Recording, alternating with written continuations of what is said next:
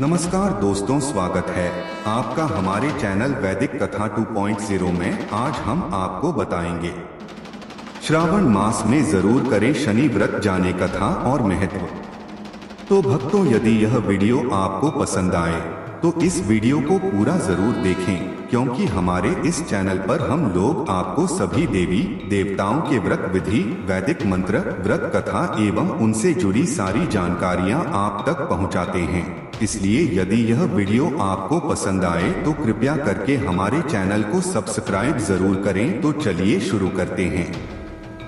हर हर महादेव। ओम शनिश्चराय नमः। श्रावण मास में जरूर करें शनि व्रत जाने कथा और महत्व। शनिवार व्रत। शनिवार का व्रत यूं तो आप वर्ष के किसी भी शनिवार के दिन शुरू कर सकते हैं, परंतु श्रावण मास में शनिवार का व्रत प्रारंभ करना अति मंगलकारी है।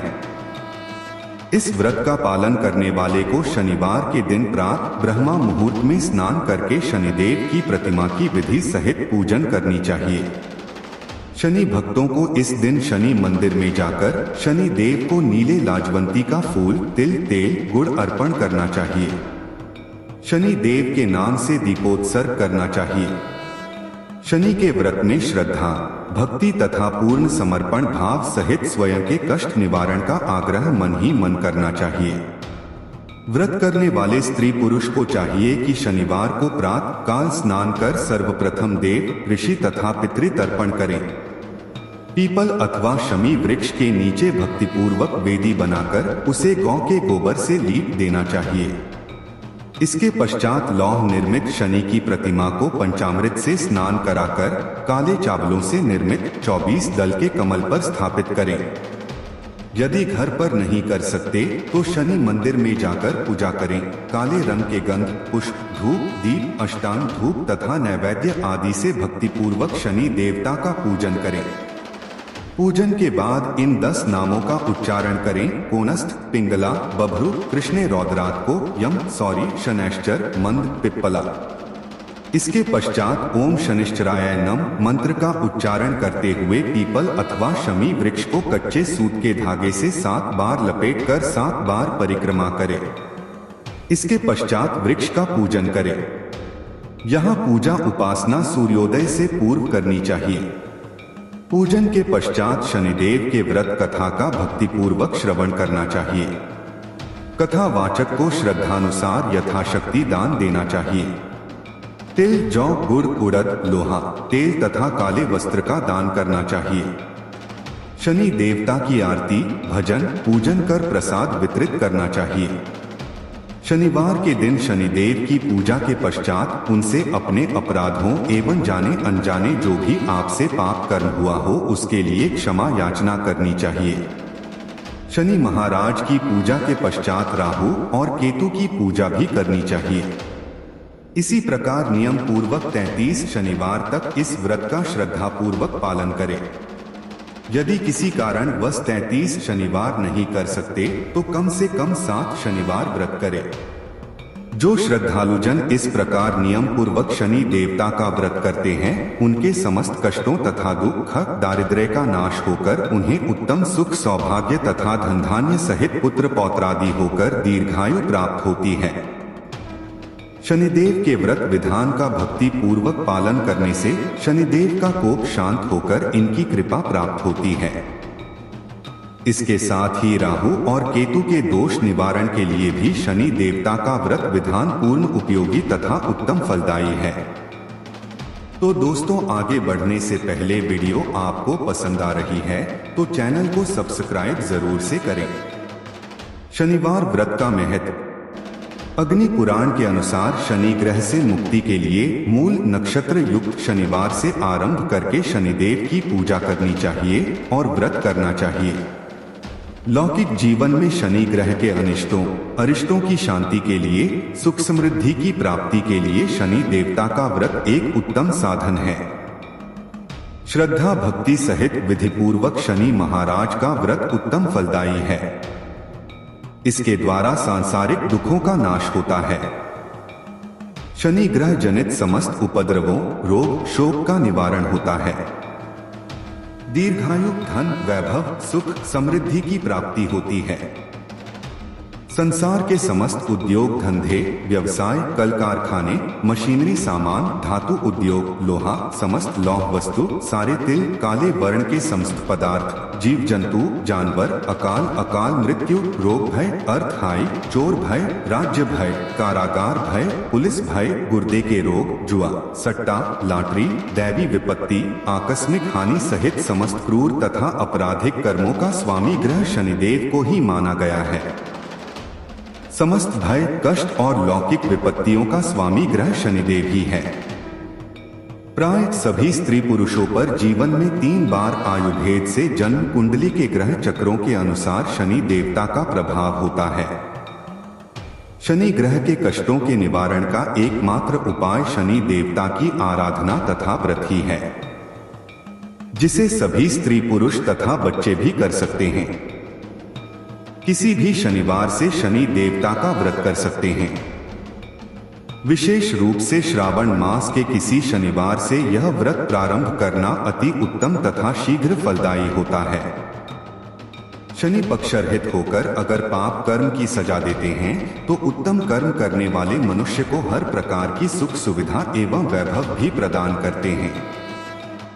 शनि देव की जो भक्ति पूर्वक व्रत उपासना करते हैं वह पाप की ओर जाने से बच जाते हैं, जिससे शनि की दशा आने पर उन्हें कष्ट नहीं भोगना पड़ता। शनिवार व्रत पूजा की सामग्री: काले रंग के गंध, पुष्प, धूप, दीप, अष्टांग धूप तथा नैवेद्य। विशेष शनिवार को लोहा या लोहे की कोई वस्तु, नमक, लकड़ी या लकड़ी का कोई भी सामान, सरसों का तेल, काले रंग के कपड़े या जूते, काले तिल या काली मिर्च, माचिस, कोई भी ज्वलनशील वस्तु, गैस, लाइटर इत्यादि न खरीदे। शनि व्रत कथा: एक समय सभी नवग्रहों सूर्य, चंद्र, मंगल, बुध, बृहस्पति, शुक्र, शनि, राहु और केतु में विवाद छिड़ गया कि इनमें सबसे बड़ा कौन है। सभी आपस में लड़ने लगे और कोई निर्णय न होने पर देवराज इंद्र के पास निर्णय कराने पहुंचे। इंद्र इससे घबरा गए और इस निर्णय को देने में अपनी असमर्थता जताई, परंतु उन्होंने कहा कि इस समय पृथ्वी पर राजा विक्रमादित्य हैं, जो कि अति न्यायप्रिय हैं। वे ही इसका निर्णय कर सकते हैं। सभी ग्रह एक साथ राजा विक्रमादित्य के पास पहुंचे और अपना विवाद बताया, साथ ही निर्णय के लिए कहा। राजा इस समस्या से अति चिंतित हो उठे, क्योंकि वे जानते थे कि जिस किसी को भी छोटा बताया वही कुपित हो उठेगा। तब राजा को एक उपाय सूझा। उन्होंने सुवर्ण, रजत, कांस्य, पीतल, सीसा, रांगा, जस्ता, अभ्रक और लौह से 9 सिंहासन बनवाए और उन्हें इसी क्रम से रख दिए। फिर उन सबसे निवेदन किया कि आप सभी अपने अपने सिंहासन पर स्थान ग्रहण करें। जो अंतिम सिंहासन पर बैठेगा वही सबसे छोटा होगा। इस अनुसार लौह सिंहासन सबसे बाद में होने के कारण शनिदेव सबसे बाद में बैठे, तो वही सबसे छोटे कहलाए। उन्होंने सोचा कि राजा ने यह जानबूझकर किया है। उन्होंने कुपित होकर राजा से कहा, राजा, तू मुझे नहीं जानता। सूर्य एक राशि में 1 महीना, चंद्रमा 2.25 महीना 2 दिन, मंगल 1.5 महीना, बृहस्पति 13 महीने व बुध और शुक्र 1 महीने विचरण करते हैं, परंतु मैं 2.5 से 7.5 साल तक रहता हूँ। बड़े बड़ों का मैंने विनाश किया है। श्री राम की 7.5 आने पर उन्हें वनवास हो गया। रावण की आने पर उसकी लंका को बंदरों की सेना से परास्त होना पड़ा था। अब तुम सावधान रहना। तो दोस्तों, आगे बढ़ने से पहले यदि आपने अभी तक हमारे चैनल को सब्सक्राइब नहीं किया है तो तुरंत ही हमारे चैनल को सब्सक्राइब करें। धन्यवाद। ऐसा कहकर कुपित होते हुए शनिदेव वहां से चले। अन्य देवता खुशी खुशी चले गए। कुछ समय बाद राजा की 7.5 आई। तब शनिदेव घोड़ों के सौदागर बनकर वहां आए। उनके साथ कई बढ़िया घोड़े थे। राजा ने यह समाचार सुन अपने अश्वपाल को अच्छे घोड़े खरीदने की आज्ञा दी। उसने कई अच्छे घोड़े खरीदे व एक सर्वोत्तम घोड़े को राजा को सवारी हेतु दिया। राजा ज्यों ही उस पर बैठा, वह घोड़ा सरपट वन की ओर भागा। भीषण वन में पहुंच वह अंतर्धान हो गया और राजा भूखा प्यासा भटकता रहा। तब एक ग्वाले ने उसे पानी पिलाया। राजा ने प्रसन्न होकर उसे अपनी अंगूठी दी। वह अंगूठी देकर राजा नगर को चल दिया और वहां अपना नाम उज्जैन निवासी वीका बताया। वहां एक सेठ की दुकान उसने जल इत्यादि पिया और कुछ विश्राम भी किया। भाग्यवश उस दिन सेठ की बड़ी बिक्री हुई। सेठ उसे खाना इत्यादि कराने खुश होकर अपने साथ घर ले गया। वहां उसने एक खूंटी पर देखा कि एक हार टंगा है जिसे खूंटी निगल रही है। थोड़ी देर में पूरा हार गायब था। तब सेठ ने आने पर देखा कि हार गायब है। उसने समझा कि वीका ने ही उसे चुराया है। उसने वीका को कोतवाल के पास पकड़वा दिया।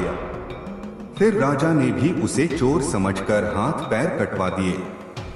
वह चौरंगिया बन गया और नगर के बाहर फिंकवा दिया गया। वहां से एक तेली निकल रहा था जिसे दया आई और उसने वीका को अपनी गाड़ी में बिठा लिया। वह अपनी जीभ से बैलों को हाँकने लगा। उस काल राजा की शनि दशा समाप्त हो गई। वर्षा काल आने पर वह मल्हार गाने लगा। तब वह जिस नगर में था वहां की राजकुमारी मनभावनी को वह इतना भाया कि उसने मन ही मन प्रण कर लिया कि वह उस राग गाने वाले से ही विवाह करेगी। उसने दासी को ढूंढने भेजा।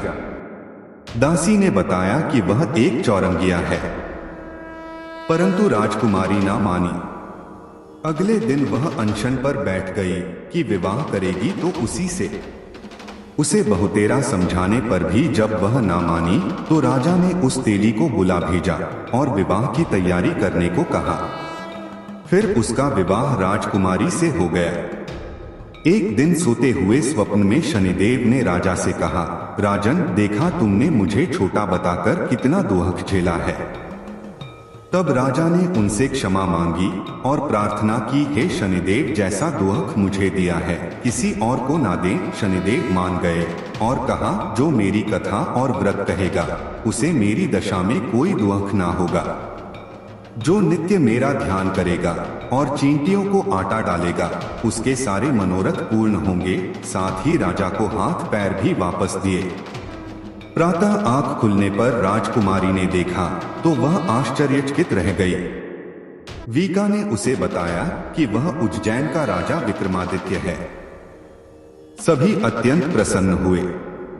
सेठ ने जब सुना तो वह पैरों पर गिरकर क्षमा मांगने लगा। राजा ने कहा कि वह तो शनिदेव का कोप था, इसमें किसी का कोई दोष नहीं। सेठ ने फिर भी निवेदन किया कि मुझे शांति तब ही मिलेगी जब आप मेरे घर चलकर भोजन करेंगे। सेठ ने अपने घर नाना प्रकार के व्यंजनों ने राजा का सत्कार किया। साथ ही सबने देखा कि जो खूंटी हार निगल गई थी वही अब उसे उगल रही थी। सेठ ने अनेक मोहरे देकर राजा का धन्यवाद किया और अपनी कन्या श्रीकंबरी से पाणिग्रहण का निवेदन किया, जिसे राजा ने सहर्ष स्वीकार कर लिया। कुछ समय पश्चात राजा अपनी दोनों रानियों मनभावनी और श्रीकंबरी को सभी दहेज सहित लेकर उज्जैन नगरी को चले। वहां पुरवासियों ने सीमा पर ही उनका स्वागत किया। सारे नगर में दीपमाला हुई व सबने खुशी मनाई। राजा ने घोषणा की कि मैंने शनि देव को सबसे छोटा बताया था, जबकि असल में वही सर्वोपरि हैं। तब से सारे राज्य में शनिदेव की पूजा और कथा नियमित होने लगी। सारी प्रजा ने बहुत समय खुशी और आनंद के साथ बिताया। जो कोई शनि देव की इस कथा को सुनता या पढ़ता है उसके सारे दुख दूर हो जाते हैं। व्रत के दिन इस कथा को अवश्य सुनना या पढ़ना चाहिए। इस तरह से वीडियो यहीं समाप्त होता है। भक्तों, हमारे इस चैनल पर हम लोग आपको सभी देवी देवताओं के व्रत विधि, वैदिक मंत्र, व्रत कथा एवं उनसे जुड़ी सारी जानकारियां आप तक पहुंचाते हैं। इसलिए यदि यह वीडियो आपको पसंद आए तो कृपया करके हमारे चैनल को सब्सक्राइब जरूर करें। हम लोग आपके मंगल जीवन की कामना करते हैं। सदा स्वस्थ रहें, मस्त रहें और व्यस्त रहें। तो मिलते हैं अगले वीडियो में, जब तक आप लोग अपना ध्यान रखिएगा। हर हर महादेव। ओम शनिश्चराय नमः।